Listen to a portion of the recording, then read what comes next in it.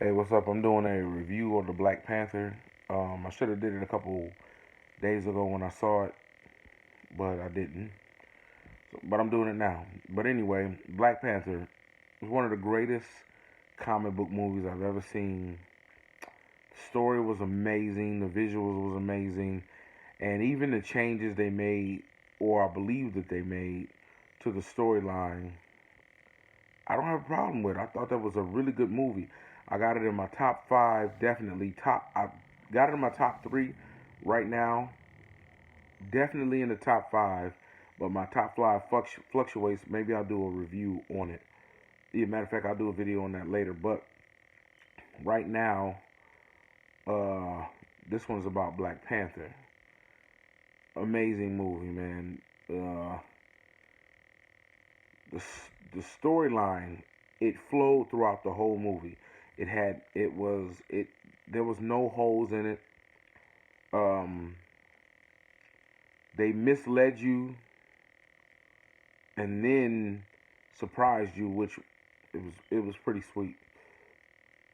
I thought, spoiler alert for anybody that may be watching this. Not that I'm famous enough to spoil it for a bunch of people, but the Claw, I thought he was going to be the final villain. I knew Michael B. Jordan's character was a villain, but I had no idea that the Claw would be killed the way he was. And I mean, when it happened, it was like out the blue. You weren't expecting it. You was like, "Whoa, what is this?" And even right up to the moment he kills him, you think the Claw's gonna get away. I mean, he got away from Ultron. He got away from the Black Panther. I mean, he got away. I want to say from the Avengers, if I'm not mistaken. Dude, it was crazy how dude killed him. It wasn't nothing special in how he killed him, but it was just you were not expecting it. uh, I thought Michael B. Jordan did a good job. Again, I'm not saying it was like Oscar worthy or nothing, but I thought he did a good job as the villain. He added an element to the movie, even though he was an African character, but he was raised in America. So he added an element of an American black man into what was an African, and I just thought he did a great job. Uh, he definitely was he definitely was imposing. You know what I mean? It was,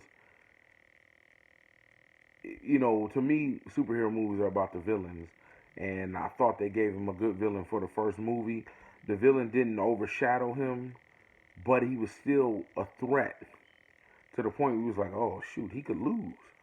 You know what I mean? Even though you know he's gonna win, but when you in the moment, you just watching the movie, it allows you to suspend disbelief for a little bit, and there's the thought like that he could lose, an unconscious thought that he could lose. Um, yeah, man. There's some things I thought they changed about the storyline that I don't have a problem with. Man Ape's character, in the comic books, he hates, or at least in the cartoon too, he hates the Black Panther. He killed his father in the cartoon, or at least one of the ones I saw a few years back. And but they changed it because the guy actually ended up helping him because Black Panther could have killed him in a fight that they had, and he didn't. He gave him a chance to live, which he gladly took. I didn't dislike that. I liked that all the tribes was together, and he ended up saving the Black Panther's life, um, which in turn ended up saving everybody's life because Killmonger was going to dominate. The women, oh my gosh, the women were.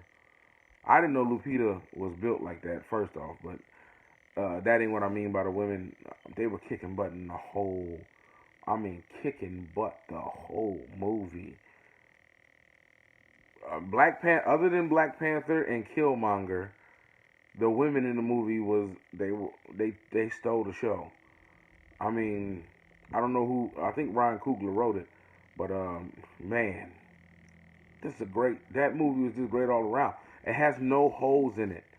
The only reason why I don't have that movie number one is because it wasn't dark. My number one and number two movie is The Watchmen and Dark Knight. I mean, the Batman Dark Knight. Um, because of the darkness of the movies. No pun intended for all you smart Alex when I say Black Panther wasn't dark. You know, there's a joke there. But anyway, um,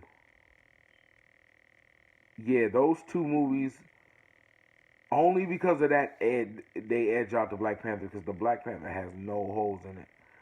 Uh, I'll do a top five later, but right now it's probably Captain America, Winter Soldier, and V for Vendetta rounding out the top five.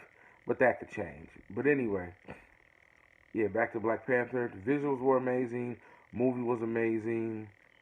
I got nothing bad to say about the movie. I don't think anything in the movie was done terrible.